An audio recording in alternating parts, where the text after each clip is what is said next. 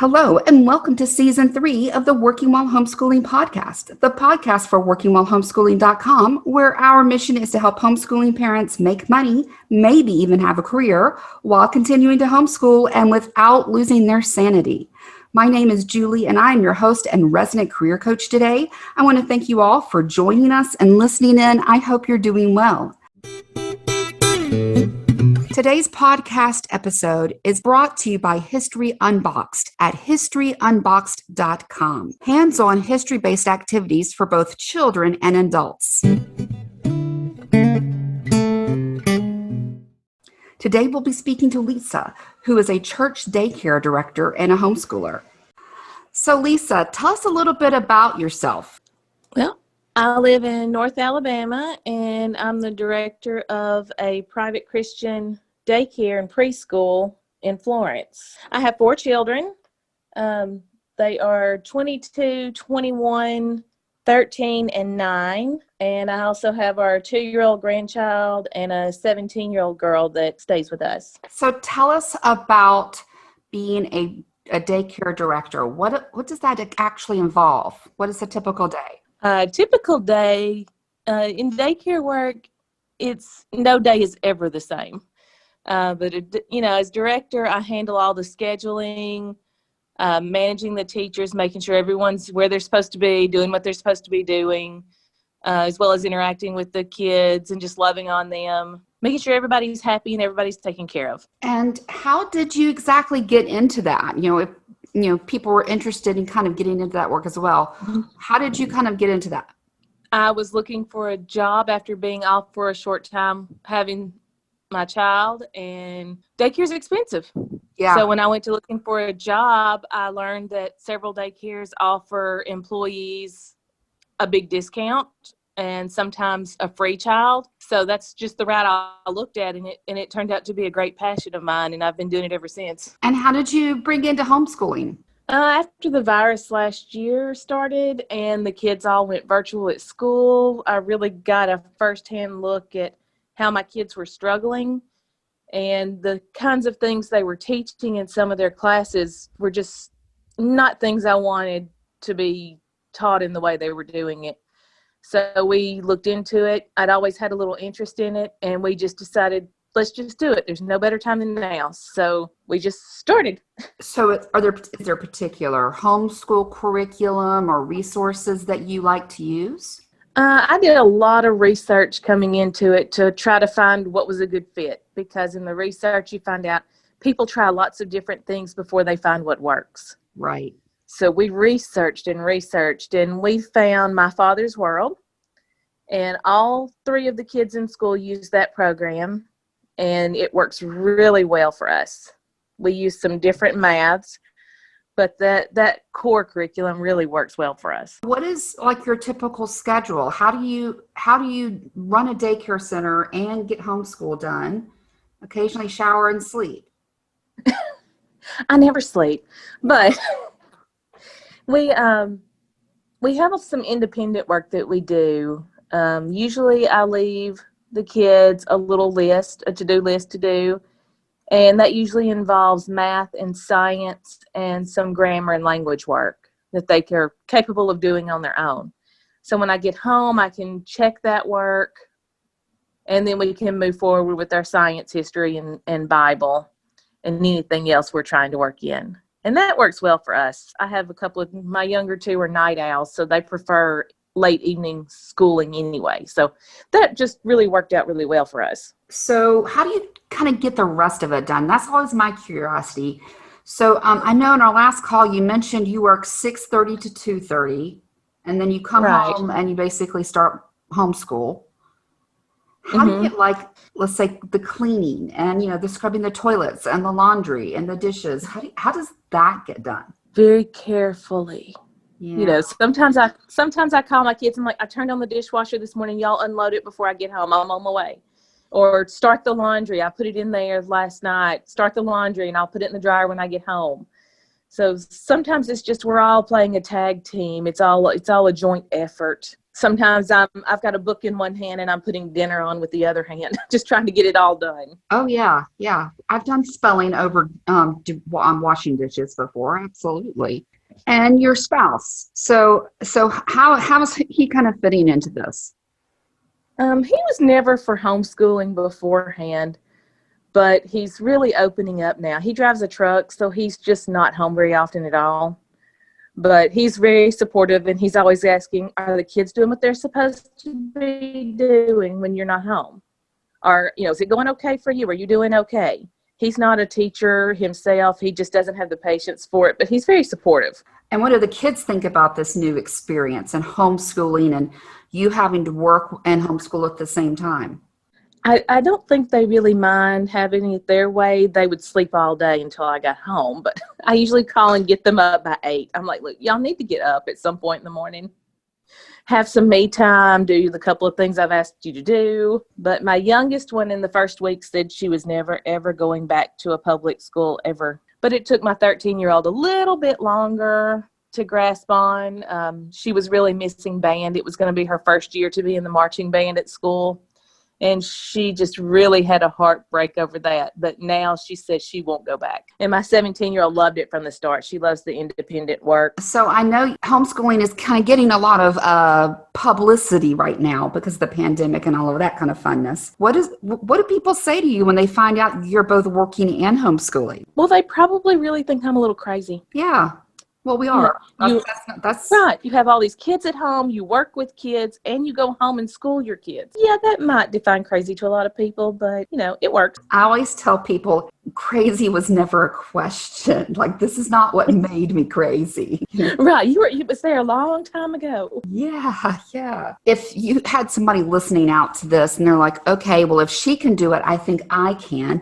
What would be some advice that you would give somebody who's considering working in homeschooling? Just do some research, be very flexible. You can do it. It may take some tweaking, some rearranging, some trying this for a week, trying something different for a week to find what's going to work for your family.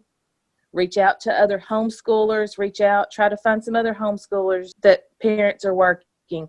Find out what's working for them. Get a support group. Right. It all has to work together. You have to use all of those resources to make it work. And you mentioned band before. With the pandemic going on and all, have you guys been able to do any extracurriculars with the kids? I know it gets harder when you're kind of pulling a double shift schedule. Right. I'm fortunate to have my mother-in-law who is retired that takes the children to a co-op class once a week. Oh, good. When they're running. They're closed till February right now, but they do get to go to their co-op once a week. And we try to do field trips and outings on the weekends when we can to help with that. So, yeah, it is really hard. There's a few things we just have to miss because I'm just at work. That was always the part that killed me, kind of in the mom guilt thing, is just that, guys, it's not even the money, to be honest. It's the fact that I have to go off work. Right. If I could just pay for you to go, it'd be fine, but I have to take off in order to drive you there, and that's time I'm not working. That was the part that always killed me, is that I couldn't just drop everything. It's the guilt.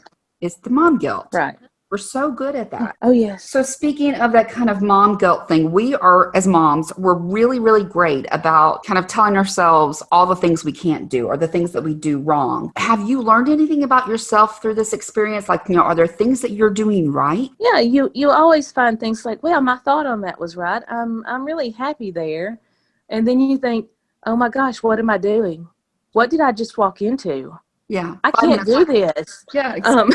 You start to panic a little bit and you have to talk yourself through it. I have a 14 and 12-year-old. So, those ages, I definitely question myself about every 2 minutes. Oh, yes. Those preteen attitudes. They're so wonderful. So wonderful. Yeah. So you mentioned, so the kids are at home while you are at work. And you're leaving them with chores or schoolwork to do. In general, like, are you pretty organized about that, or is it kind of just ad hoc every day? People always ask me, like, what do you do with your kids while you're working? So I think that's what I'm trying to get at. I usually look at the week, and our teacher's manual that we use has this grid style, like Monday's lessons, Tuesday's lessons, and you have to learn really quickly. you're not a slave to those lessons. Those lessons are a guide. That plan is a guide for you to use, and you can switch it and swap it. And usually on Sunday, I take a notebook and I sit down and write what week we're on.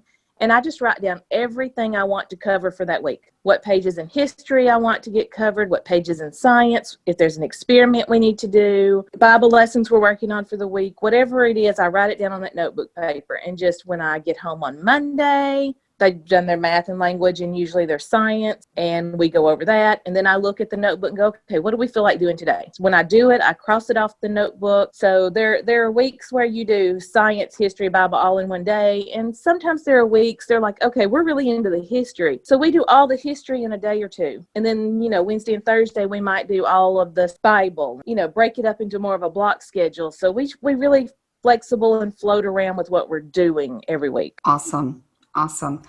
And when you mentioned like you did your research and you were looking at all this curriculum to choose it, if a newbie came to you and says, how in the world do I pick out curriculum? What would be some tips or advice that you would give them that kind of helped you made your decisions along the way?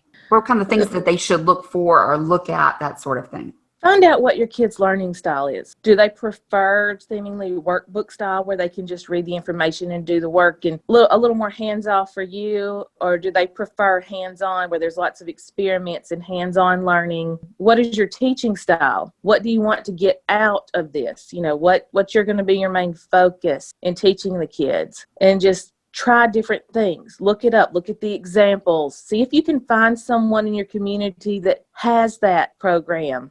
See if you can come in and look at it, get your hands on it and touch it and look through the pages and see if it might work. And if you're doing some sort of online math or science or even a whole online program, a lot of those have free trials. Use the free trials. Make sure it's a good fit for your child and for you before you buy into it. That will save you a lot of time and energy. And money. Yes, money as well. Yeah, I will tell you, I agree with all of that. When I was still in the maybe we want to do this phase, I happened to stop by a friend's house and they still, they were kind of putting stuff away. So all the stuff was still spread out all over the dining room table. Right. I could, she had it was the first time I'd been in her house. She had a dry erase board on the dining room wall. And it was like, they've been diagramming sentences on the dry erase board. And I'm like, and she's like, look, this is how this works. This is how easy it is. You open this book, you read this section, you do this. And I'm like, oh you don't have to know it all. I'm like, I could do that. That's doable. She's like, look, if I can do it, anybody can. I'm like, oh, okay. Okay, this isn't as bad as it sounded.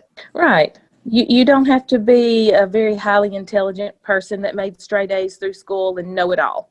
Yeah. You don't. You just have to be able to read and understand the information and learn with the kids. Sometimes we're all just learning with the kids. Sometimes the kids are teaching us. Oh, exactly. I can tell you with math, the kids have definitely bypassed me in math at this point. And honestly, they'll come to me with math questions and I'm like, honey, baby, you asking the wrong girl. Oh, yes. I'm like, let's find the answer together. Yeah. I'm like, let's post that on Facebook and see if somebody else can do it for us. Yes.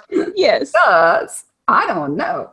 And it's, we'll look it up on the internet. I'll do it. She'll do it. We'll get like 18 different answers between the three of them. And I'm like, yeah, we're beyond this one. It's like, just exactly. Let's go to Facebook at this point and figure out how to answer that. Yeah, right. So are there any kind of last words of advice or encouragement you would have for our listeners today? Working while homeschooling by itself can be a challenge. Nobody has it all together. No matter what you see on articles and Facebook posts, nobody has it all together. Just relax and enjoy the journey. Fantastic. Thank you so much for your time today. Oh, you're welcome. I enjoyed our visit. Now, as we wrap up our episode today, I want to thank you all for listening in. There are a ton of great podcasts out there, but you chose to spend your time here with me, so thank you. In the show notes, you're going to find the links to my site, workingwhilehomeschooling.com, and all of the great ways you can connect with me online. If you enjoyed today's podcast, please consider becoming one of our listener supporters by following the link in the show notes. A small monthly donation helps me continue with great content and interviews like you've heard here today on the Working While Homeschooling podcast. Your positive online reviews, subscribing to our podcast, sharing it with your friends is all greatly appreciated as well. And if you know someone that you think would be a great guest of our podcast, please let me know at julie@workingwhilehomeschooling.com. A special thank you to our sponsor, History Unboxed, at historyunboxed.com for supporting this episode and our Working While Homeschooling parents. Thank you for listening in today. Thank you to Lisa for being our guest, and everyone, please make sure you join us in our Facebook group for continuing conversation on today's topic and beyond. I look forward to seeing each of you soon at our next podcast for Working While Homeschooling.